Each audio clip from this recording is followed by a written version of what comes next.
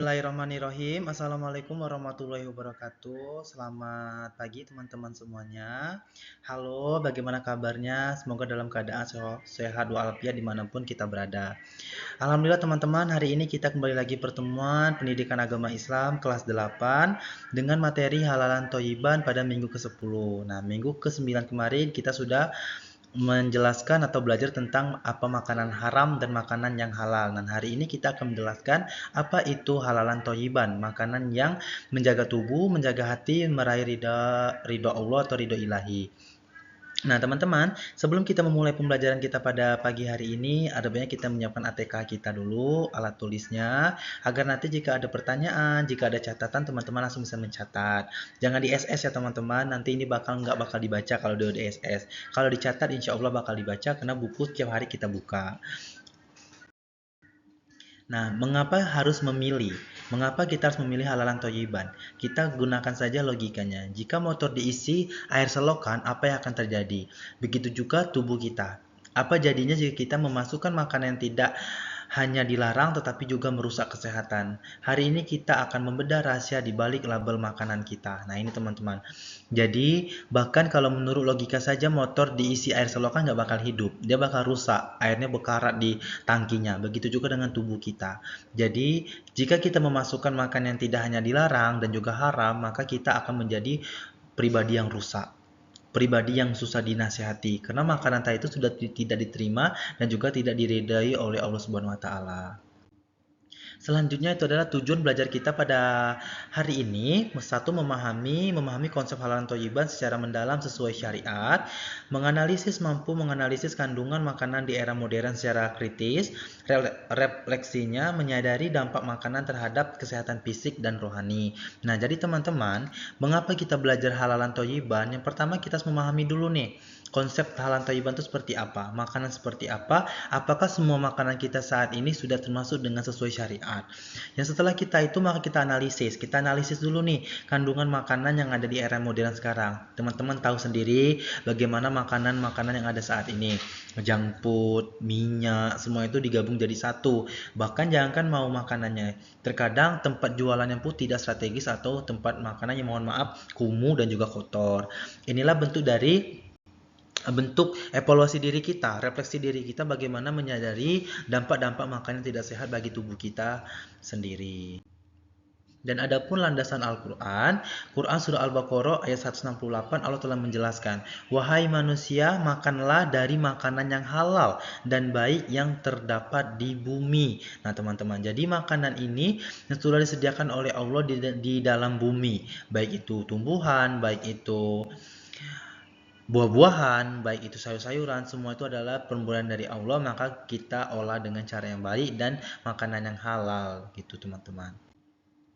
Dan mengingat kembali halal yang telah kita jelaskan di minggu kemarin, halal lezatnya, bahannya memang diperbolehkan, contoh ayam, sayur, air, ikan, apalagi teman-teman yang boleh itu lagi kan, buah-buahan itu adalah zatnya itu halal. Nah, yang cara perolehnya bukan hasil mencuri, menipu atau riba, dan juga cara olahnya sesuai dengan syariat, disembeli atas nama Allah dan bersih dari najis. Dan apa itu toyib? Nah ini teman-teman, toyib. Toyib itu adalah sehat dan bergizi, membantu pertumbuhan tubuh kita, bersih dan higienis, terbebas dari kotoran atau kuman yang berbahaya, proporsional, tidak berlebihan. Contoh, gula itu halal, tapi jika berlebihan menjadi tidak toyib atau jadi tidak sehat. Contohnya seperti hamburger, roti, sayuran, tomat, daging dijadikan satu. Awalnya mereka halal, mereka sehat kalau dipisah-pisah. Tapi waktu mereka digabungkan mereka tidak menjadi sehat karena makanan yang digabung-gabungkan seperti itu tidak semua bisa makanan bisa digabung. Gitu teman-teman. Contohnya seperti tomat dikasih soda halal, tomat halal. Cuma kalau digabungkan mereka tidak halal lagi karena mereka itu sesuatu hal yang digabungkan akan menjadi dampak bagi tubuh kita atau bisa membuat tubuh kita keracunan, membuat kita sakit perut. Itu adalah bentuk makanan yang tidak boleh atau akan menjadi toyib atau menjadi tidak toyib teman-teman. Nah selanjutnya itu adalah kalau minggu kemarin kita menganalisis makanan-makanan yang halal dan haram. Nah, hari ini kita akan menganalisis halal belum tentu toyib. Nah, contohnya buah segar itu halal. Statusnya toyib, alami dan penuh vitamin. Daging ayam segar itu halal, toyib, protein tinggi untuk tubuh. Mie instan berlebih, dia halal, tapi tidak toyib, mengandung pengawet tinggi, berarti bahaya untuk tubuh kita. Begitupun dengan minuman yang sangat manis, dia halal. Contohnya kita keseringan minum boba. Boba Thai tea itu kan teman-teman. Kalau kemanisan dia halal tapi tidak toyib karena bisa berisiko diabetes dan yang lainnya gitu. Jadi intinya makanan yang berlebihan itu juga tidak termasuk yang makanan toyib, ala kadarnya saja teman-teman. Karena penyakit itu terkadang datang bukan hanya dari luar, bisa jadi datang dari cara kerja di cara makan kita, cara bagaimana kita mengelola kondisi lingkungan sekitar kita. Jadi menjadi orang yang skeptis, menjadi orang kritis itu penting teman-teman, terutama di makanan di era modern sekarang. Nah, selanjutnya itu adalah waspada junk food.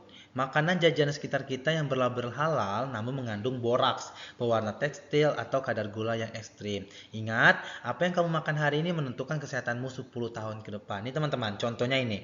Kalau kita keseringan junk food, maka lemak-lemak itu akan numpuk. Contoh saja orang-orang di Amerika. Orang Amerika itu dia makan sayurnya dikit, dia makan sayuran dikit, dia makan nasi jarang, bahkan makanannya roti, minyak-minyakan, KFC, Ricis yang berbau-bau minyak, yang berbau-bau goreng. Otomatis tingkat obesitas tertinggi di dunia itu ada di Amerika karena mereka makanannya junk food teman-teman.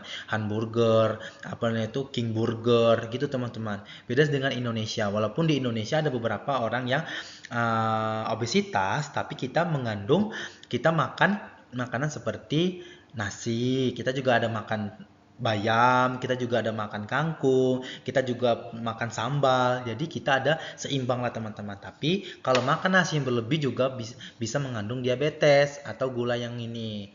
Karena glukosa di nasi itu tinggi teman-teman.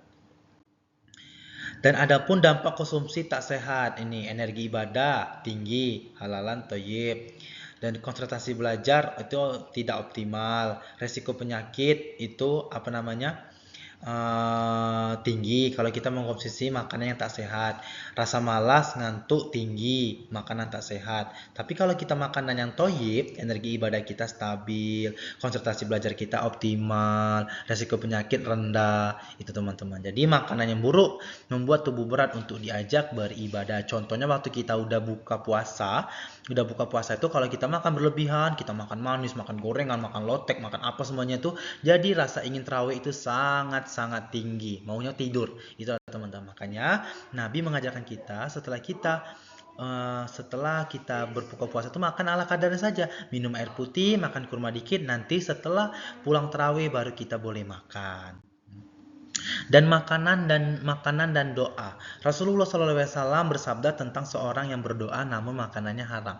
Sedangkan makanannya haram, minumannya haram, pakaiannya haram, dan perutnya kenyang dengan yang haram, maka bagaimana doanya akan dikabulkan? Itu teman-teman. Jadi makanan toyib memberikan energi positif untuk khusyuk dalam sholat.